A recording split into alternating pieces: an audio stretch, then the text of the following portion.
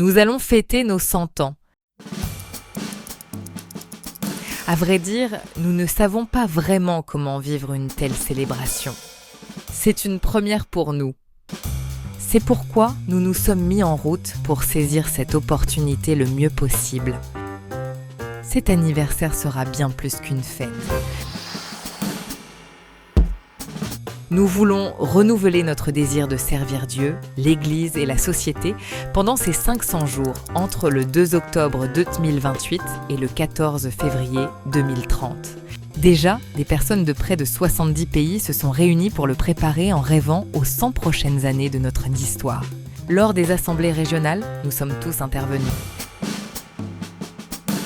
sur presque tous les sujets.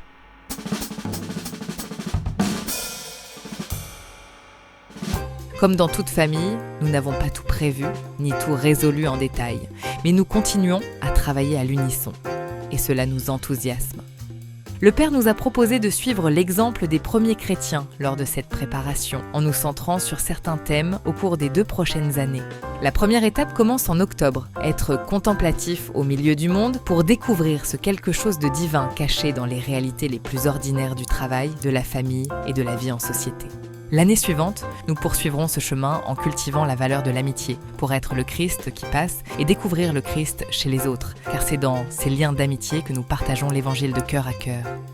Et durant le centenaire, nous méditerons sur le travail comme lieu où, unis à Dieu, nous inspirons la transformation du monde selon le cœur de Jésus. Sanctifier le travail, nous sanctifier par le travail, sanctifier les autres par le travail. En plus de ce temps d'approfondissement et de réflexion, nous nous réjouirons avec toutes les personnes qui nous ont accompagnés jusqu'ici et toutes celles qui viendront après elles en rendant grâce à Dieu pour les dons reçus et pour tout ce que nous continuons d'apprendre.